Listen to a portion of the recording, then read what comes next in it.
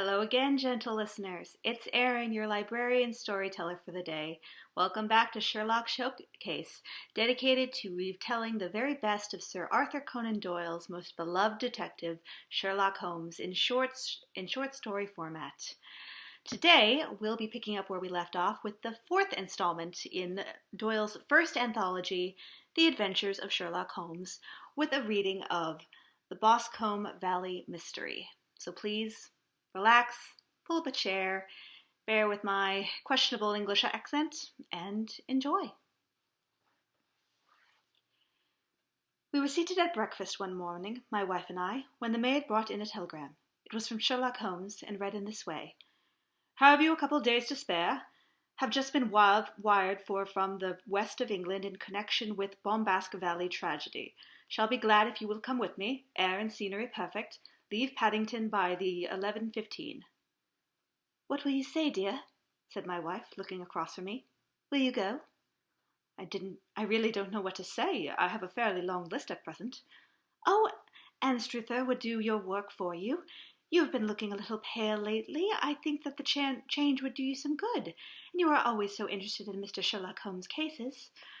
I should be ungrateful if I were not seeing what I gain through one of them, I answered. But if I am to go, I must pack at once, for I have only half an hour. My experience of camp life in Afghanistan has at least had the effect of making me a prompt and ready traveler. My wants were few and simple, so that in less than the time stated, I was in a cab with my valet, rattling away to Paddingham Station. Sherlock Holmes was pacing up and down the platform, his tall, gaunt figure made even more gaunter and taller by his long grey travelling cloak and close-fitting cloth cap. It is really very good of you to come, Watson, said he. It makes a considerable difference to me having someone with me on whom I can thoroughly rely. Local aid is always either worthless or entirely biased. If you will keep the 2 corner seats, I shall get the tickets. We had the carriage to ourselves, save for an immense litter of papers which Holmes had brought with him. Among those he rummaged and read, with intervals of note-taking and of meditation, until we were past reading. Then he suddenly rolled them all into a gigantic ball and tossed them up into the rack. Have you heard anything of the case? He asked. Not a word. I had not seen a paper for some days. The London press has not had very full accounts. I have just been looking through all the recent papers in order to master the particulars.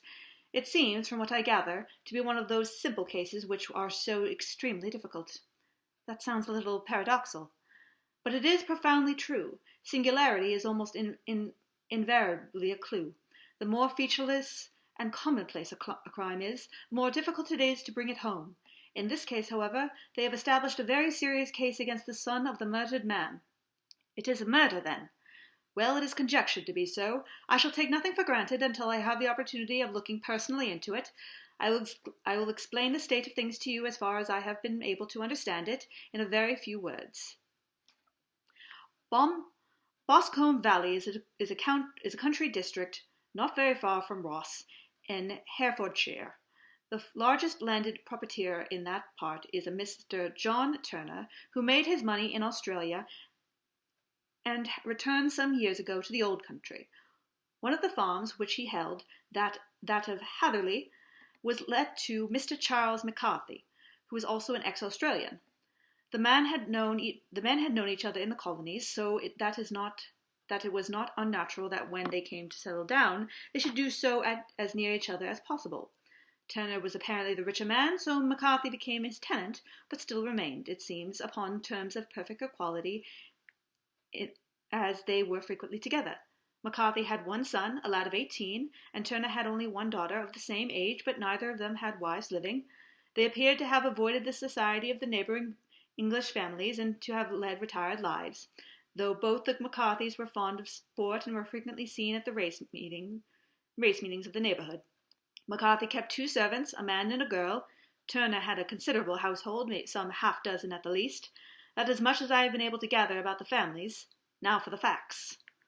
On June 3rd, that is, on Monday last, McCarthy left his house at Hatherley about 3 in the afternoon and walked down to the Boscome pool, which is a small lake formed by the spreading out of the stream which runs down the Boscome valley. He had been out with his serving man in the morning at Ross, and he had told the man that he must hurry, as he had an appointment of importance to keep at 3. From that appointment he never came back alive. From Hatherley farmhouse to the Boscombe pool is a quarter of a mile, and 2 people saw him as he passed over this ground. One was an old woman whose name is not mentioned, and the other was William Crowder, a game player in the employ of Mr. Turner. Both these witnesses deposed that Mr. McCarthy was walking alone. The gamekeeper adds that within a few minutes of his seeing Mr. McCarthy pass, that he had seen his son, Mr. James McCarthy, going the same way with a gun under his arm. To the best of his belief, the father was actually in sight at the time, and the son was following him. He thought no more of the matter until he heard in the evening of the tragedy that had occurred. The 2 McCarthys were seen at the time when William Crowder, the gamekeeper, lost sight of them. The Boscombe pool is thickly wooded round, with just a fringe of grass and of reeds round the edge. A girl of 14, Patience Moran, who is the daughter of the lodge-keeper of the Boscombe Valley estate, was in one of the woods picking flowers. She states that while she was there, she saw, at the border of the wood and close by the lake, Mr. McCarthy and his son, and that they appeared to be having a violent quarrel. She heard Mr. McCarthy and the elder using very strong language to his son, and she saw the latter raise up his hand as if to strike his father.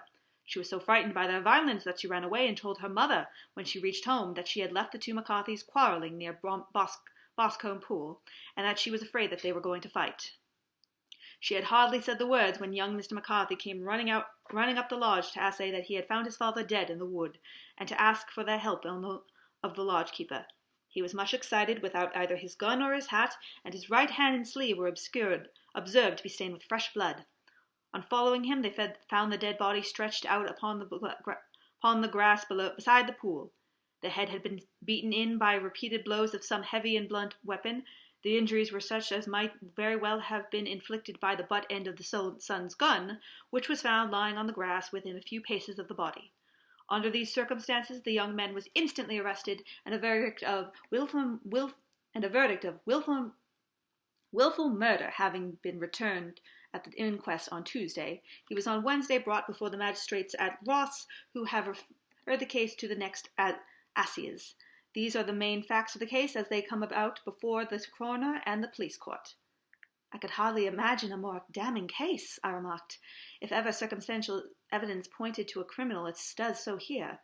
Circumstantial evidence is a very tricky thing, answered Holmes thoughtfully. It may seem to point very straight to one thing, but if you shift your own point of view a little, you may find it pointing in an equally uncompromising manner to something entirely different. It must be confessed, however, that the case looks exceedingly grave against the young man, and it is very possible that he is indeed the culprit. There are several people in the neighborhood, however, and among them Miss Turner, the daughter of the neighboring landowner, who believe in his innocence, and who have retained Lestrade, who you may recollect in the connection with A Study in Scarlet, to work out the case in his interest.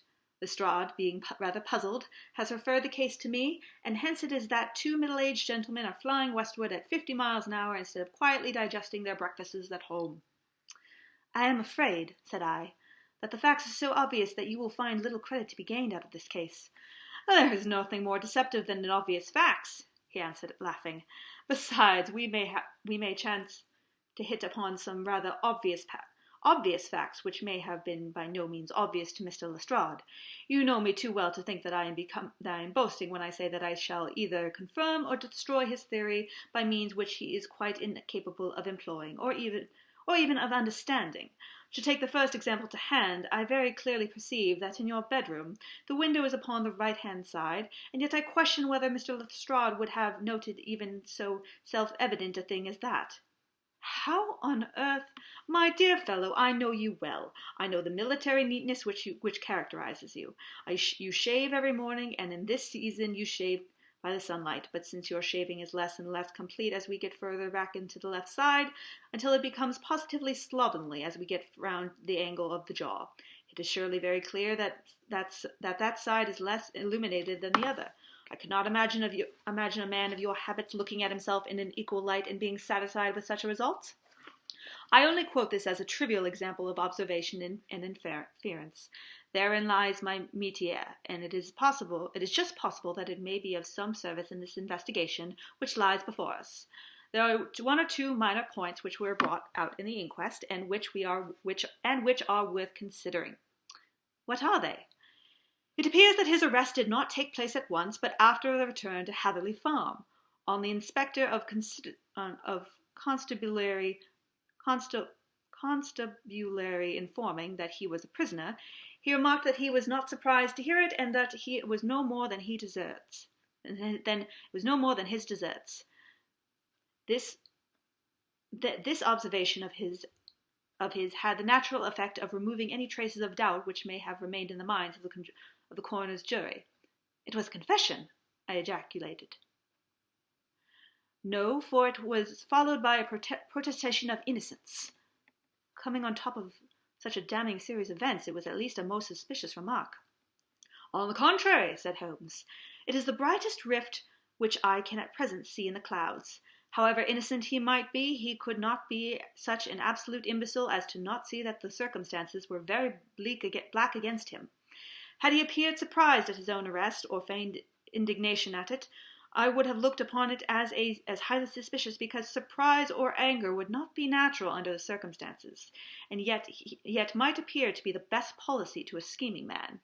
His frank acceptance of the situation marks him either as an innocent man, or else a man of considerable self-restraint and firmness. As to his remark about his deserts, it is also so unnatural if you consider that he stood beside the dead body of his father, and that there is no doubt that he had that very day so far forgotten his filial duty as to bandy words with him, and even, according to the little girl whose evidence is so important, to raise his hand as if to strike him. The self-reproach and contrition which are displayed in his remark appear to me to be the signs of a healthy mind rather than that of a guilty one. I shook my head. Many men have been hanged on far slighter evidence, I remarked. So they have, and many men have been wrongfully hanged. What is it the young man's own account of the matter? It is, I am afraid, not very encouraging to his supporters, though there are one or two points which are suggestive. You will find it here, and may read it for yourself. He picked up from his bundle a copy of the local Herefordshire paper, and having turned down the sheet, he pointed out the photograph, in which the unfortunate young man had given his own statement of what had occurred. I settled myself down in the corner of the carriage and read it very carefully. It read in this way. Mr. James McCarthy, the only son of the deceased, was then called and gave evidence as followed. I had been away from home for 3 days at Bristol, and had only just returned upon the morning of last Monday, the 3rd. My father was absent from home at the time of my arrival, and I was informed by the maid that he had driven over to Ross with John Cobb, the groom. Shortly after my return, I heard the wheels of his trap in the yard, and, looking out of my window, I saw him get out and walk rapidly out of the yard, though I was not aware in which direction he was going. I then took my gun and strolled out in the direction of the Boscome pool, with the intention of visiting the rabbit warren, which is upon the other side. On my way I saw William Crowder, the gamekeeper, as he had stated in his evidence, but he is mistaken in thinking I was following my father. I had no idea he was in front of me. When about 100 yards from the pool, I heard a cry of "Coo-ee!" which I found an unusual signal between my father and myself. I then hurried forward and found him standing by the pool. He appeared to be much surprised at seeing me, and asked me rather roughly what I was doing there. A conversation ensued, which led to high words and almost to blows, for my father was a man of a very violent temper. Seeing that his passion was becoming ungovernable, I left him and returned towards Hatherley Farm. I had not gone more than 150 yards, however, when I heard a hideous outcry from behind me, which caused me to run back again. I found my father expiring upon the ground, with his head terribly injured. I dropped my gun and held him in my arms, but he almost instantly expired. I knelt beside him for some minutes, and then made way to Mr. Turner's lodge house, his house being the nearest, to ask for assistance. I saw no one near my father when I returned, and I have no idea how he came to it by his injuries. He was not a popular man, being somewhat cold and foreboding in his manners, but he had, as far as I know, no active enemies. I know nothing further of the matter. The coroner: Did your father make any statement to you before he died? Witness. He mumbled a few words, but I could only catch some allusion to a rat. The coroner. What did you understand by that? Witness. It conveyed no meaning to me. I thought he was delirious. The coroner. What was the point upon which you and your father had this final quarrel? Witness. I should prefer not to answer. The coroner. I'm afraid that I must press it. Witness. It is really impossible for me to tell you that. I can assure you that it has nothing to do with the sad tragedy which followed. The coroner. That is for the court to decide. I need not point out to you that your refusal to answer will prejudice your case considerably in any future proceedings which may arise. Witness. I must still refuse. The coroner. I understand that the cry of "Cooey" was a common signal between you and your father. Witness. It was. The coroner. How was it, then, that he uttered it before he saw you, and before he even knew that you had returned from Bristol? Witness, with considerable confusion. I do not know. A juryman. Did you see nothing which aroused your suspicions when you returned upon hearing the cry and found your father fatally injured? Witness. Nothing definite. The coroner. What do you mean? Witness. I was so disturbed and excited as I rushed out into the open that I could not think of anything except my father. Yet I have a vague impression that as I ran forward, something lay upon the ground to the left of me. It seemed to me to be something grey in colour, a coat of some sort, or a plaid perhaps. When I rose from my father, I looked round for it, but he was gone. Do you mean to say that it disappeared before you went to help? Yes, it was gone. You cannot say what it was. No, I had a feeling somebody was there. How far from the body? 12 yards or so. And how far from the edge of the wood? About the same. Then if it was removed, it was while you were within 12 yards of it. Yes, but my back towards it. This concludes the examination of the witness. I see, said I, as I glanced down the column, that the coroner in his concluding remarks was rather severe upon young McCarthy. He calls attention, and with reason, to the discrepancy about his father having signalled to him before seeing him, also to his refusal to give details of his conversation with his father, and his singular account of his father's dying words. They are all, as he remarks, very much against the son. Holmes laughed softly to himself, and stretched himself out upon the cushioned seat. Both you and the coroner have been at some pains, said he, to single out the very strongest points in the young man's favour. Don't you see that you alternately give him credit for having too much imagination, and too little? Too little if he could not invent a cause of quarrel which would give him the sympathy of the jury, too much if he evolved from his own inner consciousness anything so auteur as a dying reference to a rat, and the incident of the vanishing cloth. No, sir, I shall approach this case from the point of view that what this young man says is true, and we shall see whither that hypothesis will lead us. And now here is my pocket Petrock, and not another word shall I say on this case until we are on the scene of action. We lunch in Swindon, and I see that we shall be there in 20 minutes. It was nearly 4 o'clock when we arrived. At last, after passing through the beautiful Stroud Valley and over the broad gleaming Severn, found ourselves at the pretty little country town of Ross. A lean, ferret-like man, furtive and sly-looking, was waiting for us at the platform.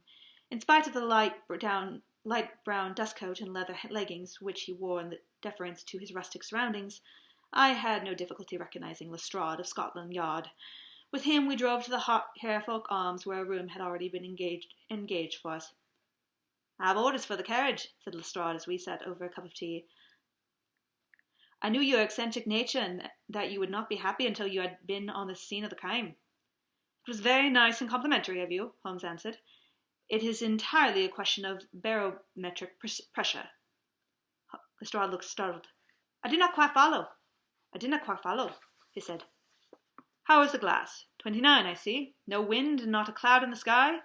I have a case full of cigarettes here which need smoking, and the sofa is very much superior to the usual country hotel abomination.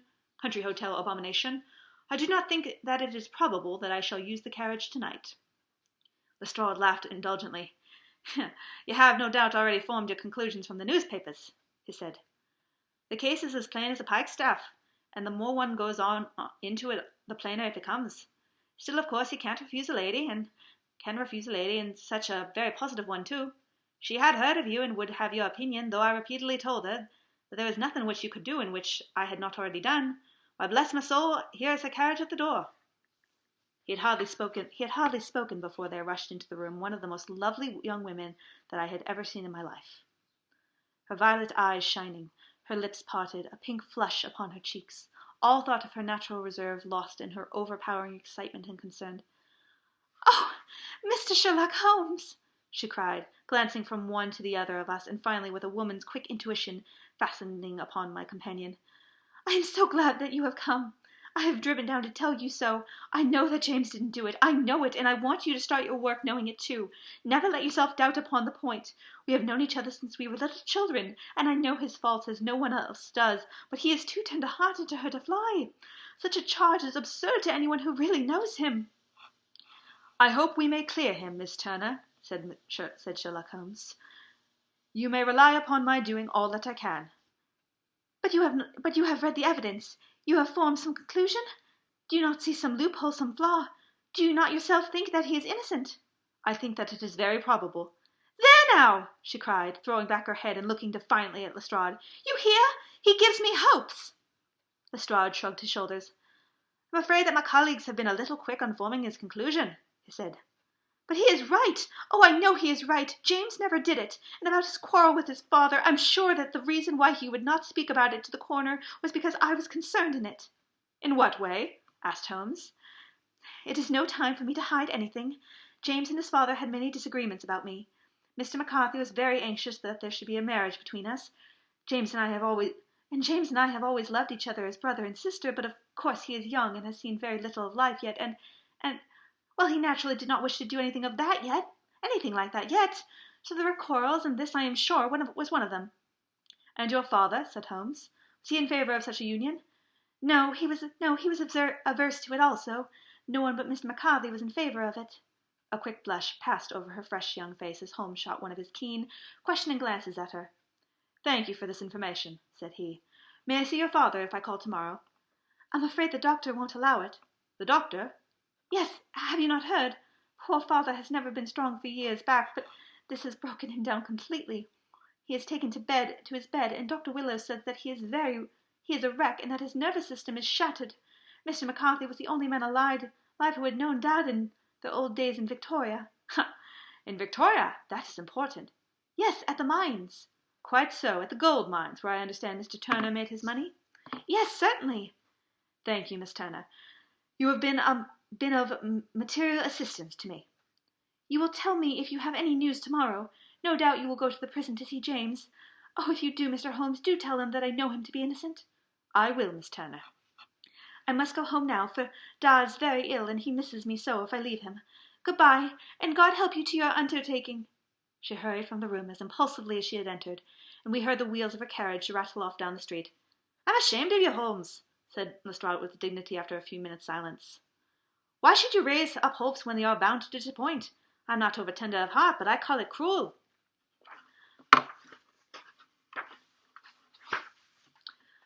I think that I see my way to clearing James McCarthy," said Holmes. "Have you an order to see him in prison?"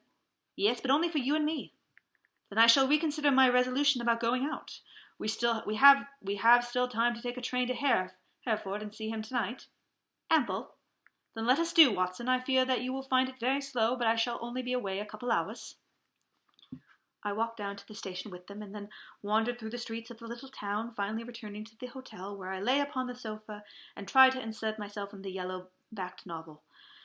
The puny plot of the story was so thin, however, when compared to the deep mystery through which we were groping, and I found my attention wander so continually from the fiction of the fact, that I at last flung it across the room and gave myself up entirely to a consideration of the events of the day. Supposing that this unhappy young man's story were absolutely true, then what hellish thing, what absolutely unforeseen and extraordinary calamity would have occurred between the time which he parted from his father and the moment when, drawn back by his screams, he rushed into the glade? It was something terrible and deadly. What could it be? Might not the nature of the injuries reveal something with my medical instincts? I rang the bell and called for the weekly county paper, which contained a verbatim account of the inquest. In the surgeon's deposition, it was stated that the posterior third of the left parietal parietal bone, and the left half of the occipital bone had been shattered by a heavy blow from a blunt weapon. I marked the spot upon my own head. Clearly such a blow must have struck from behind. It was to some extent in favour of the accused, as when seen quarrelling he was face to face with his father. Still, it did not go for very much, for the older man might have turned his back before the blow fell. Still, it might be worthwhile to call Holmes' attention to it. Then there was a peculiar dying reference to a rat. What could that mean? It could not be delirium. A man dying from a sudden blow does not commonly become delirious. No, it was more likely to be an attempt to explain how he met his fate. But what could it indicate? I cudgelled my brains to find some possible explanation. Then the incident of the grey cloth seen by young McCarthy. If that were true, the murderer must have dropped some part of his dress, presumably his overcoat, in his flight, and must have had the hardihood to return and carry it away the instant when the son was kneeling with his back turned not a dozen paces off. What a tissue of mysteries and improbabilities the whole thing was! I did not wonder at Lestrade's opinion, and yet I had so much faith in Sherlock Holmes' insight that I could not lose hope as long as every fresh fact seemed to strengthen his conviction of young McCarthy's innocence. It was late before Sherlock Holmes returned. He came back alone, for Lestrade was staying in lodgings in the town. The glass still keeps very high, he remarked as he sat down. It is of importance that it should not rain before we are able to go over to the ground. On the other hand, a man should be at his very best and keenest for such nice work as that, and I did not wish to do it when fagged by a long journey. I have seen young McCarthy. And what did you learn from him? Nothing. Could he throw no light? Not at all. I was inclined to think at one time he knew who had done it and was screening him or her, but I am convinced now that he is as puzzled as anyone else. He is not a very quick-witted youth, though comely to look at, and I should think sound at heart. I cannot admire his tastes, I remarked, if it is indeed a fact that he was averse to a marriage with so charming a young lady as this Miss Turner. Ah, thereby hangs a rather painful tale. This fellow is madly, insanely in love with her, but some 2 years ago, when he was only a lad, and before he really knew her, for she had been away 5 years at boarding school, what does the idiot do but get into the clutches of a barmaid in Bristol and marry her at a registry office? No one knows a word of the matter, but you can imagine how maddening it must be to him to be upbraided for not doing what he would give his very eyes to do, but what he knows to be absolutely impossible. It was sheer frenzy of this sort which made him throw his hands up into the air when his father, at their last interview, was goading him on to propose to Miss Turner. On the other hand, he had no means of supporting himself, and his father, who was by all accounts a very hard man, would have thrown him over utterly had he known the truth. It was with his barmaid wife that he had spent the last 3 days in Bristol, and his father did not know where he was. Mark that point, it is of importance. Good has come out of evil, however, for the barmaid, finding from the papers that he is in serious trouble and is likely to be hanged, has thrown him over utterly, and has written to him to say that she has a husband already in the Bermuda dockyard, so that there is really no tie between them. I think that bit of news has consoled young McCarthy for all that he has suffered. But if he is innocent, who has done it? Ah, who? I would call your attention particularly to 2 points. One is that the murdered man had an appointment with someone at the pool, and that the someone could not have been his son, for his son was away, and he did not know when he would return. The second is that the murdered man was heard to cry, "Coo-ee!" before he knew that his son had returned.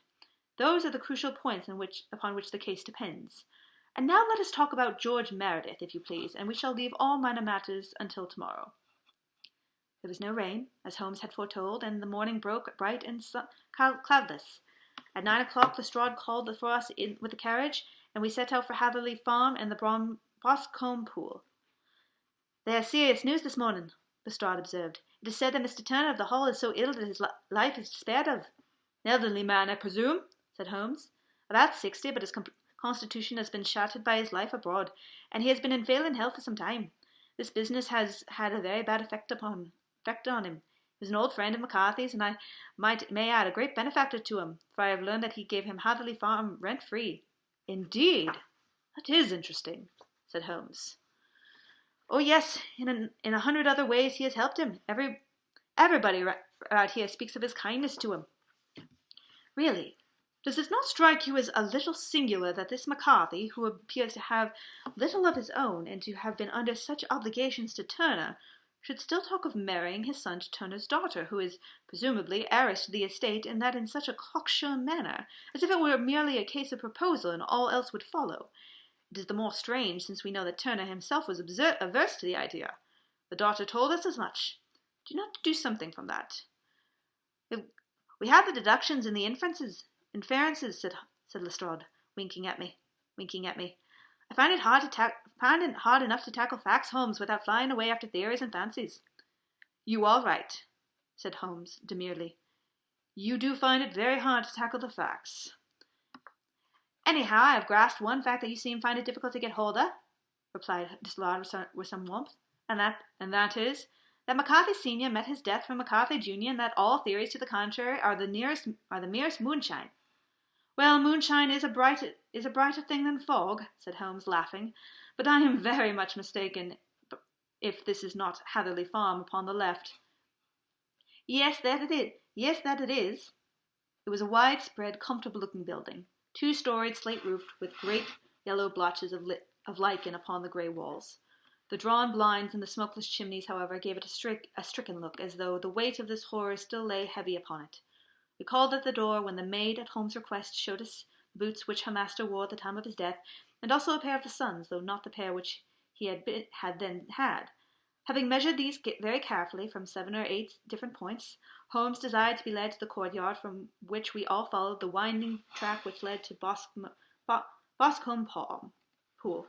Sherlock Holmes was transformed when he was hot upon such a scent as this. Men who had only known the quiet thinker and logician of Baker Street would have failed to recognize him. His face flushed and darkened, his brows were drawn into 2 hard black lines, while his eyes shone out from beneath them with a steely glitter. His face was bent downward, his shoulders bowed, his lips compressed, and the veins stood out like whipcord in his long, sinewy neck.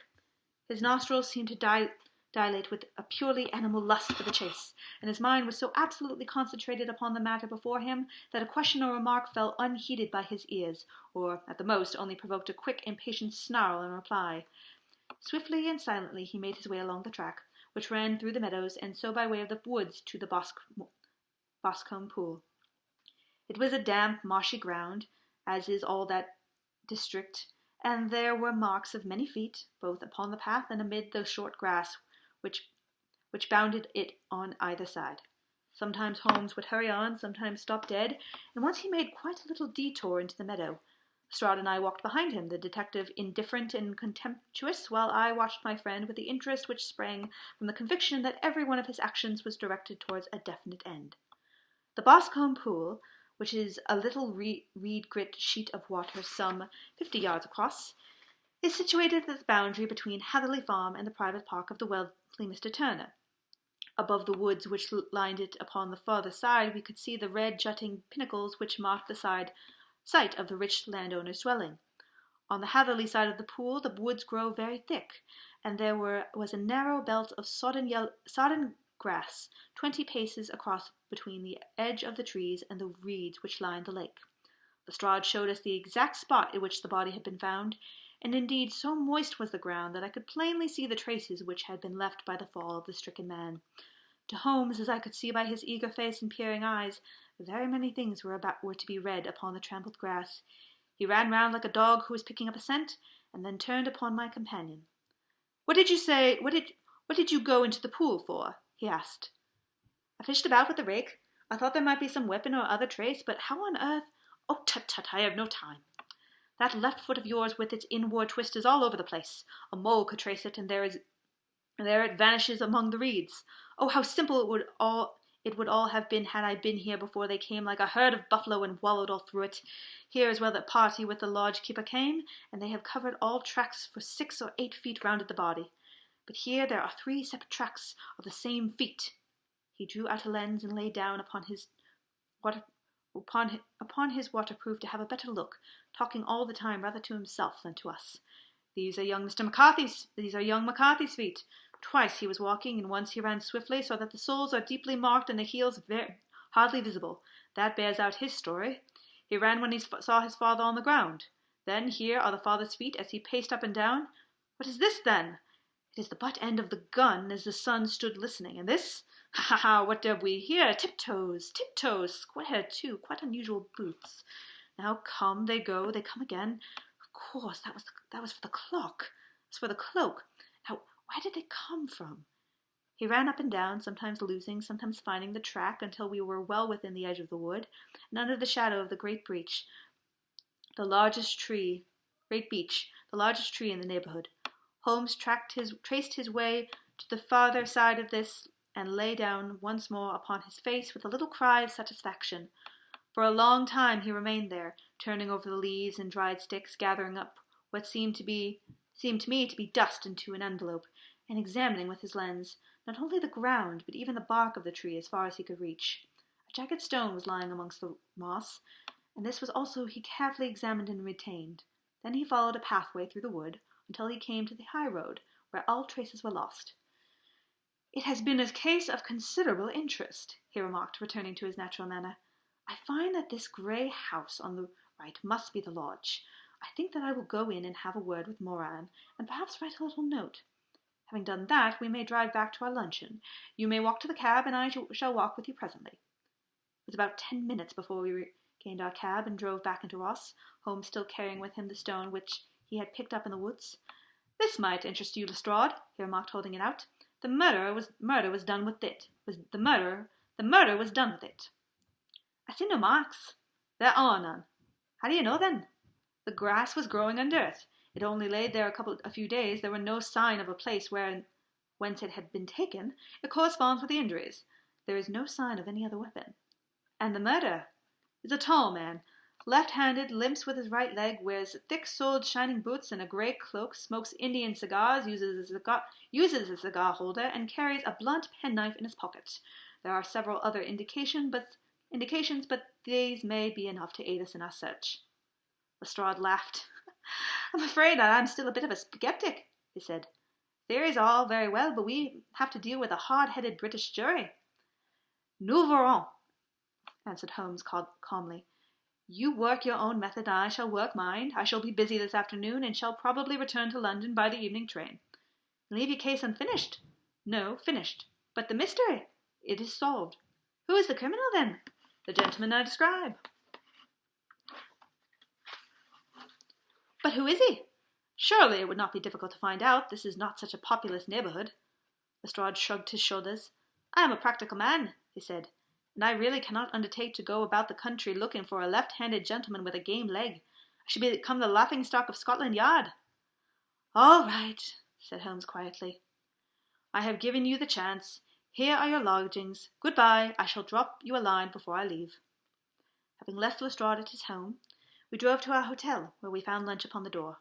Holmes was silent, and buried in thought, and with a pained expression upon his face, as one who finds himself in a perplexing position.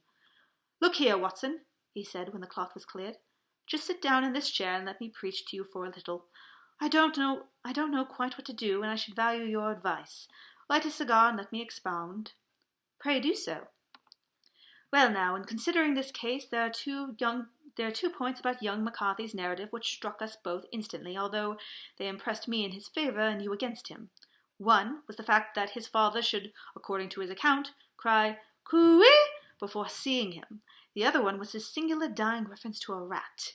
He mumbled several words, you understand, but that was all that caught the son's ear.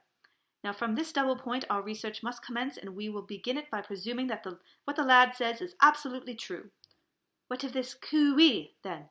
"Well, obviously it could not have been meant for the son. The son, as far as he knew, was in Bristol. It was mere chance that he was within earshot.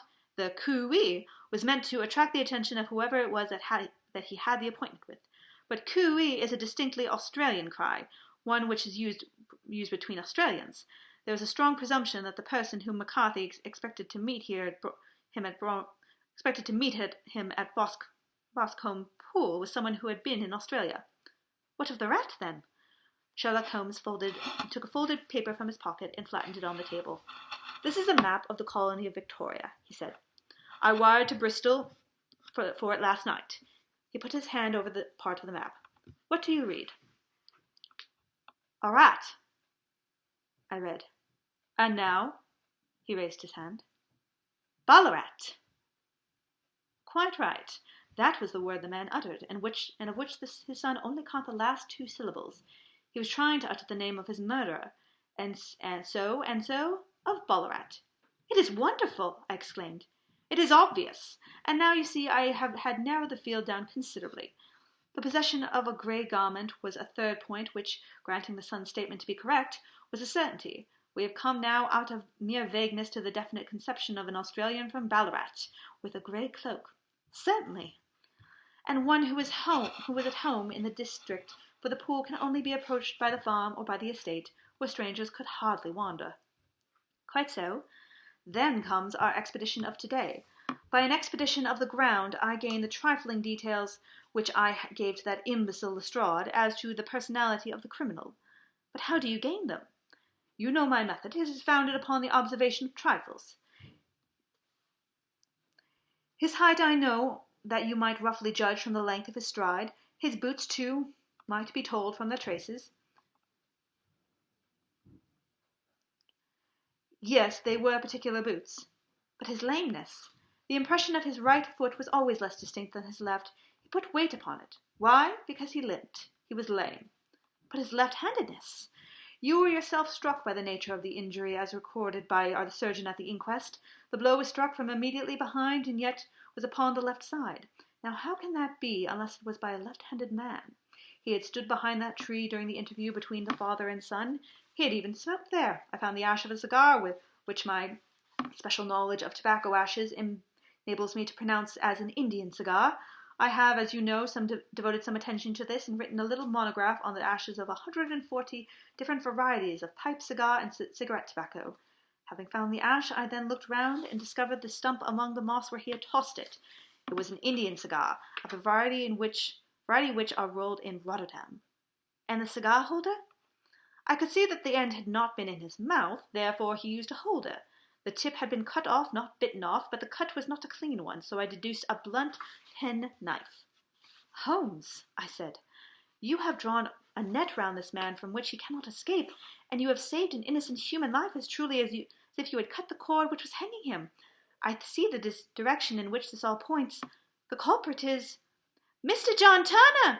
Called the hotel waiter, opening the door of our sitting room and ushering in a visitor. The man who entered was a strange and impressive figure. His slow limping style and bowed shoulders gave the appearances of decrepitude, yet his hard, deep-lined, craggy features and his enormous limbs shows that he was possessed of unusual strength of body and of character. His tangled beard, grizzled hair, and outstanding drooping eyebrows combined to give an air of dignity and power to his appearances, but his face was that of an ashen white, while his lips and the corners of his nostrils were tinged with a shade of blue. It was clear to me at a glance that he was in the grip of some deadly and chronic disease. "Pray sit down on the sofa," said Holmes gently. You heard my note?" "Yes, the Lord Keeper brought it up. You said that you wished to see me here to avoid scandal." "I thought people would talk if I went to the hall." "And why do you wish to see me?" He looked across at my companion with despair in his weary eyes, as though his question was already answered. "Yes," said Holmes, answered the look rather than the words. "It is so.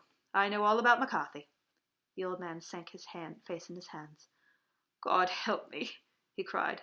"But I would not have let the young man come to harm. I give you my word that I have spoken out if it went against him in the Assizes." I am glad to hear you say so," said Holmes gravely. "I would have spoken now it had not been for my dear girl. It would break her heart. It would break her heart when she hears that I am arrested." "It may not come to that," said Holmes. "What?" "I am no official agent. I understand that it was your daughter who required my presence here, and I am acting in her interests. Young McCarthy must be got off, however." "I am a dying man," said old Turner. "I have had diabetes for years. My doctor says it is in question whether I should live another month. Yet I would rather die under my own roof than a jail." Holmes rose and sat down at the table with his pen in his hand and a bundle of papers before him. "Just tell us the truth," he said. "I shall jot down the facts. You will sign it, and Watson here can witness it. Then I could produce your confession, and, at the last extremity to save young McCarthy, I promise that I shall not use it unless it is absolutely needed." "It's as well," said the old man. "It's a question whether I shall live to the Assizes, so it matters little to me, but I should wish to spare Alice this shock. And now I will make the thing clear to you. It has been a long time in the acting, but will not take me long to tell. You did not know this dead man, McCarthy. He was a devil incarnate, I tell you that. God keep you out of the clutches of such a man as he. His grip has been upon me these 20 years, and he has blasted my life. I'll tell you first how I came to be in his power. It was in the early 60s at the diggings. I was a young chap then, hot-blooded and reckless, ready to turn my hand at anything. I got among bad companions, took to drink, and had no luck with my claim, took to the bush, and in a word became what you might call over here a highway robber. There were 6 of us, and we had a wild free life of it, sticking up the station from time to time, or stopping the wagons on the road to the diggings. Black Jack of Ballarat was the name I went under, and our party is still remembered in the colony as the Ballarat Gang. One day a gold convoy came down from Ballarat to Melbourne, and we lay in wait for it and attacked it. There were 6 troopers and 6 of us, so it was a close thing, but we emptied 4 of their saddles at the first volley. 3 of our boys was killed, however, before we got the swag. I put my pistol to the head of the wagon driver, who was this very man McCarthy. I wished to the Lord that I had shot him then, but I spared him, though I saw the wicked little eyes fixed on my face, as though to remember every feature. Got away with the gold, became wealthy men, and made our way to England without being suspected. Then I parted from my old pals and determined to settle down to a quiet and respectable life. I bought this estate, which chanced to be in the market, and I set myself to do a little good with my money, to make up for the way in which I had earned it. I married too, and though my wife died young, she left me dear little Alice. Even when she was just a baby, her wee hand seemed to lead me down the right path as nothing else had ever done. In a word, I turned over a new leaf and did my best to make it up for the past. All was going well when McCarthy laid his grip upon me. I had gone up to town about an investment, and I met him in Regent Street with hardly a coat to his back or a boot to his foot. "Here we are, Jack," says he, touching me on the arm. "We'll be as good as a family to you. There's 2 of me, my son and me, and you can have the keepings of us. If you don't, it's a fine law-abiding country is England, and there's always a policeman within hail." Well, down they came to the West Country. There was no shaking them off, and there they have lived rent-free on my best land ever since. There was no rest for me, no peace, no forgetfulness. Turn where I would, there was his cunning, grinning face at my elbow. It grew worse as Alice grew up, for he soon saw what I was most afraid of her knowing he soon saw I was more afraid of her knowing my past than of the police. Whatever he wanted, he must have, and whatever it was, I gave him without question. Land, money, houses, until at last he asked a thing which I could not give. He asked for Alice. His son, you see, had grown up, and so had my girl, and as I was known to be in weak health, it seemed a fine stroke to him that his lad would step into the whole property. But there I was firm. I would not have his cursed stock mixed with mine. Not that I had any dislike to the lad, but his blood was in him, and that was enough. I stood firm. McCarthy threatened. I braved him to do his worst. We were to meet at the pool midway between our houses to talk it over. When I went down there, I found him talking with his son, so I smoked a cigar and waited behind a tree until he could be alone. But as I listened to his talk, all that was black and bitter in me seemed to come uppermost. He was urging his son to marry my daughter with as little as regard for what she might think, as if she were a slut from the streets. It drove me mad to think that I, and all that I held most dear, should be in the power of such a man as this. Could I not snap the bond? I was already a dying and desperate man. Though clear of mind and fairly strong of limb, I knew that my own fate was sealed. But my memory and my girl, both could be saved if I could but silence that foul tongue. I did it, Mr. Holmes, and I would do it again. Deeply as I have sinned, I have led a life of martyrdom to atone for it. But that my girl should be entangled in the same meshes which held me was more than I could suffer. I struck him down with no more compunction than if he had been some foul and venomous beast. His cry brought back his son, but I had gained the cover of the wood, though I was forced to go back to fetch the cloak which I had dropped in my flight. That is the true story, gentlemen, of all that occurred. Well, it is not for me to judge you, said Holmes, as the old man signed the statement which had been drawn out. I pray that we may never be exposed to such a temptation." "I pray not, sir." "And what do you intend to do?" "In view of your health, nothing. You are yourself aware that you will soon have to answer for your deed at a higher court than Asius. I will keep your confession, and if McCarthy is condemned, I shall be forced to use it. If not, it shall never be seen by mortal eye, and your secret, whether you be alive or dead, shall be safe from us." "Farewell, then," said the old man solemnly. "Your own deathbeds, when they come, will be the easier for the thought of the peace in which you have given me." Tottering and shaking in his giant frame, he stumbled slowly from the room. "God help us," said Holmes after a long silence. "Why does fate play such tricks with poor helpless worms? I have never heard of such a case as this, and I do not think of Baxter's words and say, 'There, but for the grace of God, goes Sherlock Holmes.'" James McCarthy was acquitted by the Asius on the strength of a number of objections which had been drawn out by Holmes and submitted to the defending counsel.